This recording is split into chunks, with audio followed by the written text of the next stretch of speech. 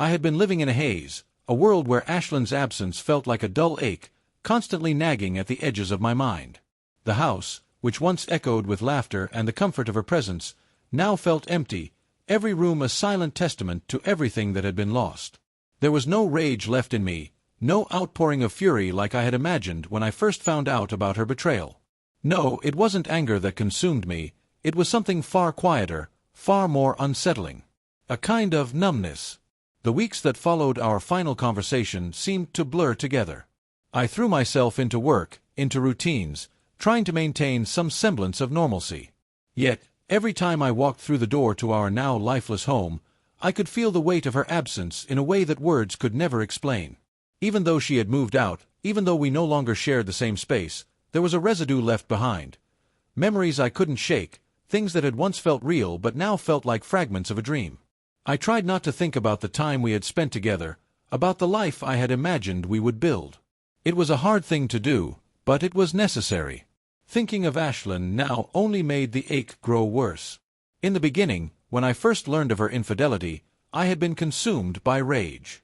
I wanted nothing more than to confront her, to throw it all back in her face and demand answers for the way she had discarded me. But somewhere, deep down, I knew it wouldn't make a difference. She had already made her choice. She had chosen him, Caleb. And I was nothing more than a casualty of that choice. At first, I couldn't understand it. Why would she betray me? Why would she throw away everything we had? Our marriage had been built on trust, on years of shared moments, on love that felt like it would last forever. But I had learned, through countless sleepless nights and agonizing self-reflection, that sometimes people make decisions that don't make sense to anyone but themselves. And those decisions, once made, have consequences that ripple out in ways that no one can predict. I had been her anchor, her safe place in the storm, or so I had thought. But in the end, I was just another person she had discarded without a second thought. And as much as it hurt, I had to accept that. I had to accept that it was no longer about me, about the man I had been or the man I thought I could still be. I wasn't the one she wanted. I wasn't her type anymore. That realization hit me harder than anything else. To be told that, to hear her say it so casually, was like a knife twisting in my gut. I had been nothing more than a phase, a chapter in her life she could close with a few simple words. I wasn't her type. That was it. The final blow, the last bit of clarity I needed to understand that everything I had built with her had been a lie. The house had become a cage, the walls closing in on me with each passing day. I couldn't stay there anymore. The very thought of walking through the front door filled me with a sense of dread I couldn't shake. So, I did what I thought was best. I left. Quietly, without warning, I disappeared. I didn't tell her where I was going. I didn't leave a note. I simply packed my things, one bag at a time, and walked out of the life we had shared without a single word. The city felt different once I was gone. It felt bigger, more expansive, like I had been given a new canvas to paint my life on. And I did. I threw myself into it. New projects, new friends, new experiences. But no matter how hard I tried, there was always a part of me that felt incomplete. And that's when I met Lydia. It wasn't love at first sight, at least not in the way people romanticize it. No, Lydia was just a person who seemed to be living her life in the same way I was trying to. She had her own struggles, her own battles to fight, but there was something about her that felt different. It was as if she understood the kind of pain I had gone through, and instead of pitying me, she simply accepted me for who I was. We met in a small cafe on a rainy afternoon, a moment that felt entirely by chance. I had been sitting by the window, staring blankly at the falling rain, when she sat down across from me. I hadn't expected the conversation to go anywhere. In fact, I didn't even expect to speak to her. But Lydia had a way of drawing people in. She started with small talk, about the weather, about the book I was reading, and then somehow, without even realizing it, I found myself telling her everything. I told her about Ashlyn, about the betrayal, about how I had felt worthless when I found out, about how it had shattered me. I didn't expect Lydia to offer advice or try to fix anything. But she didn't need to. She simply listened. She understood, and for the first time in a long time, I felt heard. From that day on, Lydia became a constant in my life. We began to meet regularly, at first for coffee, then for walks, and eventually for dinner. She never pushed me to open up more than I was ready to, but I did, little by little. She became the person I turned to when the world felt too heavy to bear. She didn't try to replace Ashlyn. She didn't need to. She was simply there, offering the kind of comfort I hadn't realized I had been missing. It wasn't until much later that I realized the depth of what I was feeling for her. It wasn't just companionship. It was something more, something real, something that wasn't born from betrayal or the remnants of a broken heart. It was love, pure and simple. And it terrified me. I had spent so long avoiding love, so long convincing myself that I wasn't the type of man who could love again, that when it finally came, it felt foreign. But with Lydia, it felt natural. It felt right. And that was when I realized I had already begun to move on. Not just from Ashlyn, but from the person I had been. I was no longer the man she had discarded. I was no longer the person who had been blindsided by betrayal. I was someone new, someone stronger, someone who had found the courage to walk away from a life that no longer served him. But that didn't mean I had forgotten. I hadn't forgiven Ashlyn, not entirely. But I no longer needed her to validate me. I no longer needed her approval, or her love. I was enough on my own.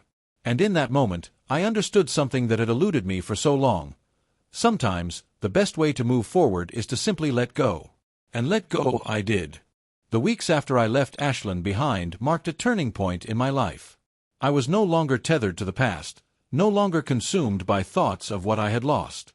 Instead, I had embraced the unknown, the future that seemed to stretch out before me, a blank canvas that held endless possibilities. I didn't immediately tell anyone about Lydia, about the connection that had formed between us. I wasn't ready to label it, to define it. It felt too soon, too fragile. But there was no denying the pull I felt when I was with her. It was a soft kind of magnetic attraction, one that didn't rush or demand anything. I enjoyed the simplicity of our time together, quiet conversations over dinner, shared laughter in the evenings, and the rare, unspoken moments of peace where the world seemed to slow down just for us.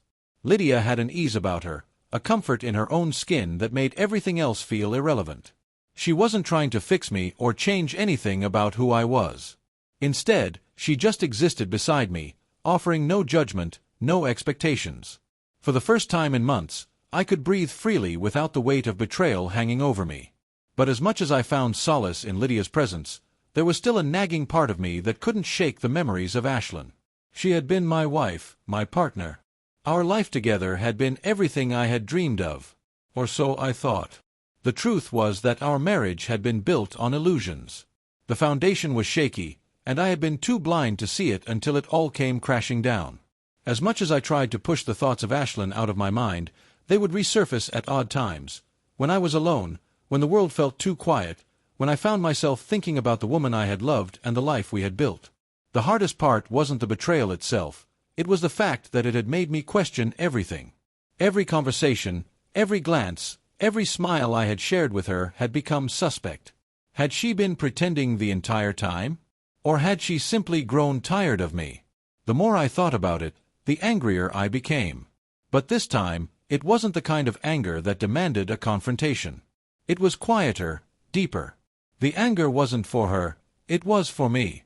I had allowed myself to become so entangled in our shared life that I had lost sight of who I was. I had given her all of me, and in return, she had discarded me without a second thought. And yet, despite all that, I didn't want revenge. I didn't want to destroy her life, to make her feel the pain I had felt. What I wanted, more than anything, was for her to see what she had lost. I wanted her to understand that the man she had tossed aside wasn't someone who would beg for her to come back. I wasn't that person anymore. I didn't want to humiliate her. No, that wasn't the point. The point was to show her that her choices had consequences, and those consequences would come, but not from me. I wouldn't be the one to bring her down. Life would do that on its own. I was already moving on, and I had no intention of looking back. But then, one night, as I sat at a bar with Lydia, everything changed. Lydia had been working late, and I had gone out on my own to grab a drink. I wasn't expecting anything to happen. It was just another evening, just another night in a city that felt both familiar and foreign. I was minding my own business, nursing my drink and trying to keep my mind from wandering too far, when I saw her. Ashlyn. She was sitting across the room, laughing with a man. Caleb, her lover, the one she had chosen over me. I froze. My heart did something strange in my chest, a mixture of disbelief and a strange sense of detachment. She hadn't seen me yet. She was completely unaware of my presence in the room, lost in her own world. She looked different. There was a brightness to her, something I hadn't seen in a long time. It made my stomach churn, but it also confirmed something I had suspected all along. She was moving on. She had moved on. I could feel the tension building inside me, but I didn't act. I stayed where I was, watching her with a kind of numb curiosity. Her laughter sounded forced, the way it always did when she was trying to appear happy. She caught sight of Caleb and gave him a playful kiss on the cheek. The sight made my skin crawl. This was the same woman who had once sworn she would never leave me, the same woman who had promised we would grow old together. And yet here she was, so easily slipping into someone else's arms, into someone else's life. I wasn't angry anymore. Not the way I had been before. The rage had burned out, leaving only the remnants of something else, something far colder. I was indifferent. I was beyond her. And I could see it now, with perfect clarity. She had chosen Caleb, and I had chosen something else. I had chosen to let go, to walk away without looking back. But the part of me that had once loved her, the part that had believed in the promises she made, still lingered in the corner of my mind. The thought of her sitting there, so happy with him, did sting. But it didn't break me. I was stronger than that. I stayed in my seat for a while longer, watching them, watching her. I knew she had no idea I was there. I knew she had no idea how far I had gone, how much I had changed. She was still living in a world where she believed I would always be there, always be waiting. But I wasn't. Eventually, I stood up and walked out, slipping into the night without a word. I didn't need to confront her. I didn't need to say anything. The truth had already revealed itself. And I had already moved on. The next day, I told Lydia about the encounter. I didn't go into detail about the emotions I had felt in that moment. I didn't need to. I simply told her that I had seen Ashlyn, that I had seen her with Caleb. Lydia, ever the understanding friend, didn't ask questions. She simply held my gaze and let me speak, letting me process it in my own way. But it wasn't just the sight of Ashlyn that had shaken me, it was the realization that I had no more ties to her. No more anger, no more resentment. Just the quiet satisfaction of knowing that I had finally let go. And as Lydia reached over to squeeze my hand, I felt something I hadn't felt in so long, peace. The peace I felt after that encounter was something I hadn't expected. It wasn't the result of vengeance, nor was it because I had somehow won. No, it was deeper than that. It was a kind of quiet certainty that I had made the right decision by leaving Ashlyn behind. I wasn't the man who would chase after someone who had discarded me, and I wasn't the man who would seek retribution to prove a point. I was the man who walked away, who chose to leave the wreckage of that relationship in the past and move forward. Days turned into weeks, and life continued. I found myself slipping deeper into the rhythms of my new existence, my new life. Lydia had become a regular part of it, but not in the way that I had once imagined a new love might. It wasn't intense or overwhelming. It was easy, unforced. We spent our time together, but there was no rush, no pressure. We were both aware that we were two people, walking our own paths, with no need to entangle each other in ways we weren't ready for. Yet, in the midst of all this newness, there was a part of me that still wondered about Ashlyn. The curiosity I had once felt about her life without me had faded, but the remnants remained. What was she doing now? Was she happy? Was Caleb really who she wanted? I didn't have answers, and honestly, I didn't need them. What was important was that I had stopped waiting for her to return, for her to come crawling back to me, begging for forgiveness. And then, one evening, out of nowhere, she reappeared. I had been out with Lydia, grabbing dinner at a small bistro I frequented, when Ashlyn walked in. She was with a friend, a man I didn't recognize. She looked good, healthier, her hair a little longer, her smile more genuine than I remembered. But there was something about her that felt off. The confidence she had once radiated, the woman who had been my partner, seemed diminished somehow. It was as if the life she had built without me wasn't quite as perfect as she had hoped it would be. I saw her before she saw me. She was laughing with her friend, completely unaware of my presence. I could feel my pulse quicken, but I didn't get up. I didn't approach her. I simply watched, intrigued by the way life had unfolded for her.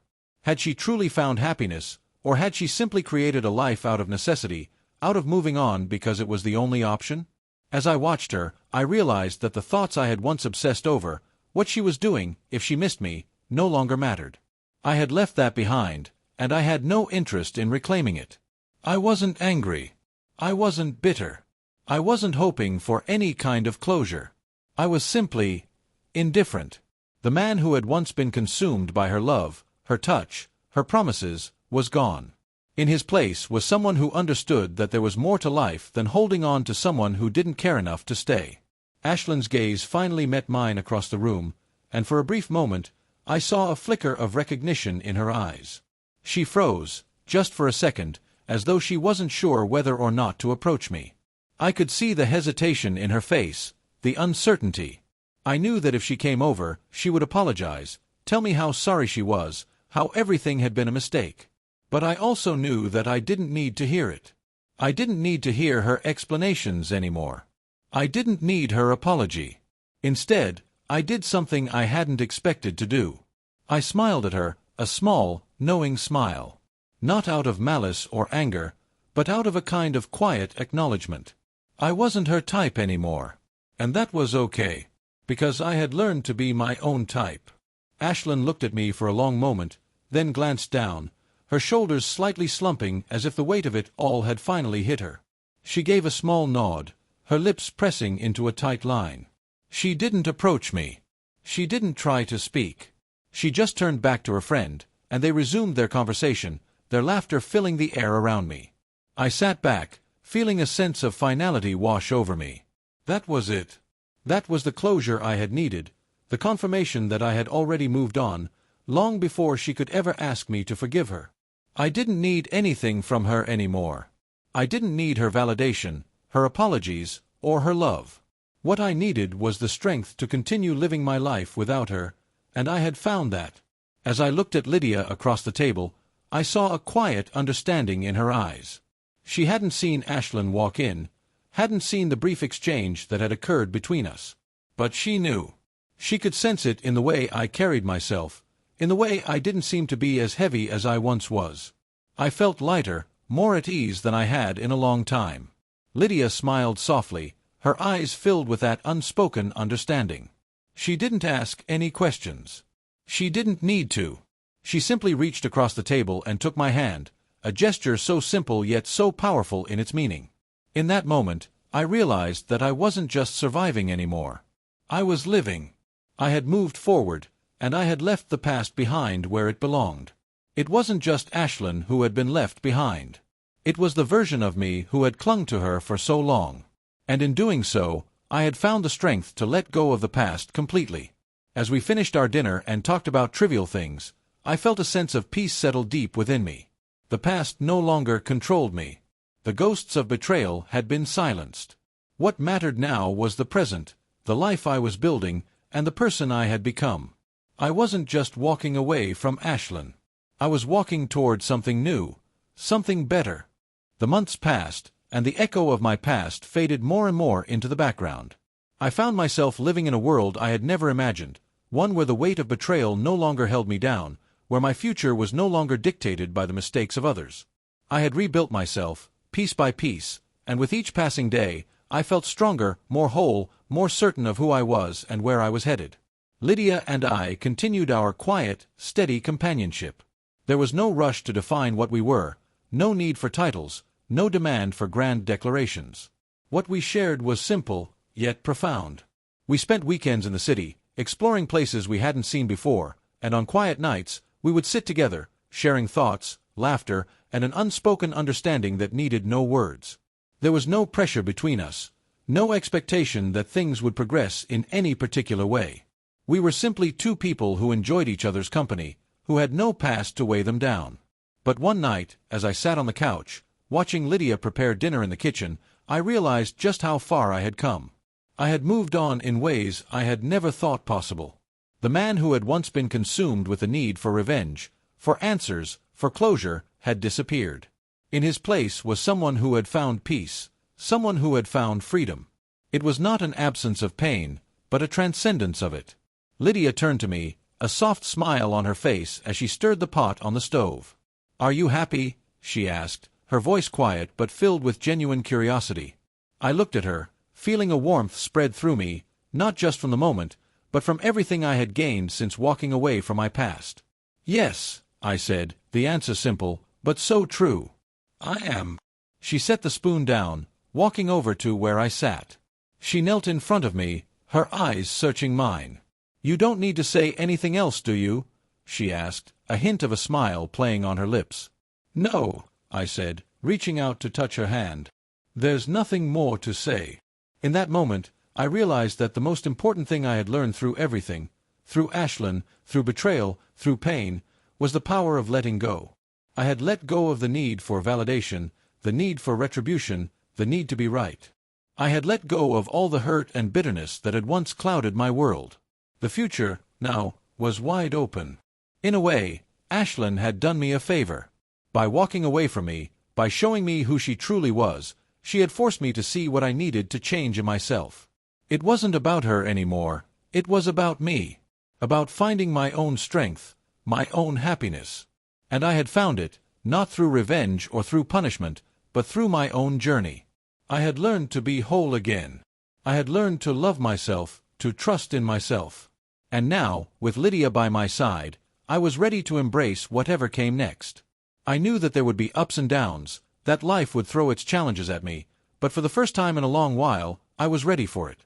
I was no longer the man I had been.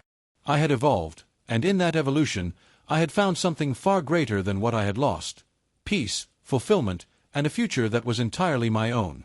As the sun set outside, casting a warm glow over the room, I realized that there was no more need to look back. The past had taught me everything I needed to know. It had shaped me, yes, but it no longer defined me. Lydia leaned in and kissed me gently, a kiss that was both tender and full of promise. "We've both come a long way, haven't we?" she whispered against my lips. I kissed her back, a smile tugging at the corners of my mouth. "Yeah. But the best part is, we're still just getting started." And as we held each other, surrounded by the quiet hum of the evening, I knew that the future, whatever it held, was ours for the taking. Together, we would face it, without fear, without regret, and without the shadows of the past. For the first time in a long time, I truly felt free.